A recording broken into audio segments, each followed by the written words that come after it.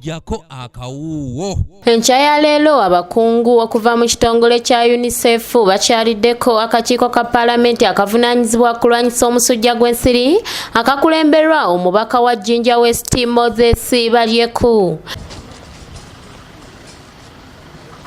Abakungu bano bazze beetikidde akakiiko kano ebintu ebikozesebwa mu ofiisi nga bibalirirwamu $5,000 eza dola ya Amerika nga mu zaawano zibalirirwamu obukadde obusoba mu 180 okusobola okukola emirimu gy'akakiiko obulungi.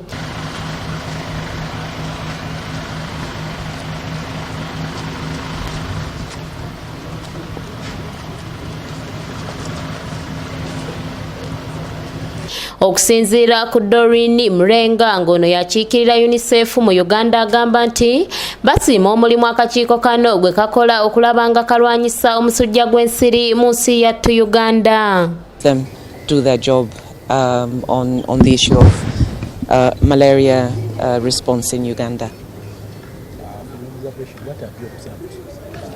Is it increasing? Did you see?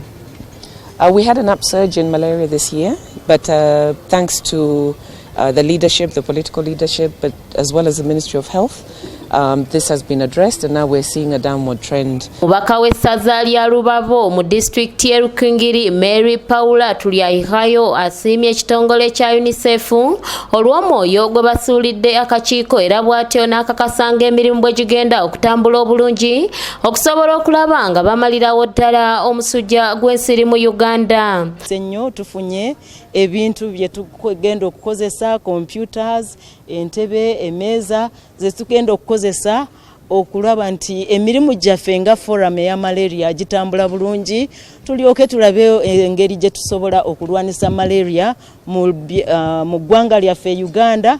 Ate n'ekirala tulina ekiwandiiko kyaffe kye tugenda okugenderako. Ate ye omwogezi wa Ministry y'ebyobulamu ngono ye Rukia Nakamate agamba nti ekiweeseza akakiiko kano ebintu bino bwe buvunaanyizibwa obunene bwe balina okubanga balwanyisa ekirwadde ky'omusujja gw'ensiri mu bitundu bye bakiikirira.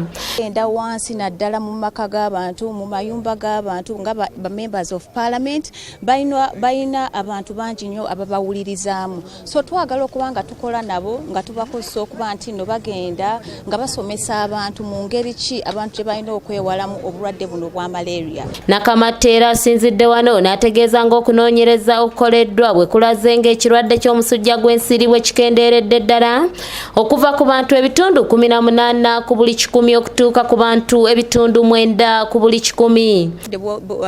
Busse kati tulaba nti ku bantu 100 abantu 9 bokka be balina buno obulwadde bwa malaria. So enkolagana ne parliamentary forum na bino ebintu bye tubawadde tuli bakakafu nti kyekintu ekimu ekijja okutuyamba okulaba nti nno twongera okulwanisa obulwadde buno oba oli awo nga mu 2023 osanga tujja kubanga tetukyabwogerako. Ono era kinoganyiza nga ne Ministry y'ebyobulamu bwetatudde nga naye ekola butaweera okulaba nga omusujja gw'ensiri gulwanyisibwa nga bayita mu kusomesa abantu ku butya bwe bayinza okugwewalamu. Buli ku kyalo kuliko ttiimu y'abantu babiri betuyita VHTs abagenda ku nyumba naddala mwezi ennyumba ze tulaba nti no muvaamu abantu bangi nnyo abalina obulwadde bwa malaria bagenda mu maaso okuba nti no bagenda nga basomesa bamaama baabwe oba abantu abakulira amaka gano okuba nti no babasomesa mu ngeri ki gye balina okukola balina okulaba nti abaana bano bebaka wansi w'obutimba. Shafiru Mwesije yakusakidde eggulire lino ku lwa ABS Television.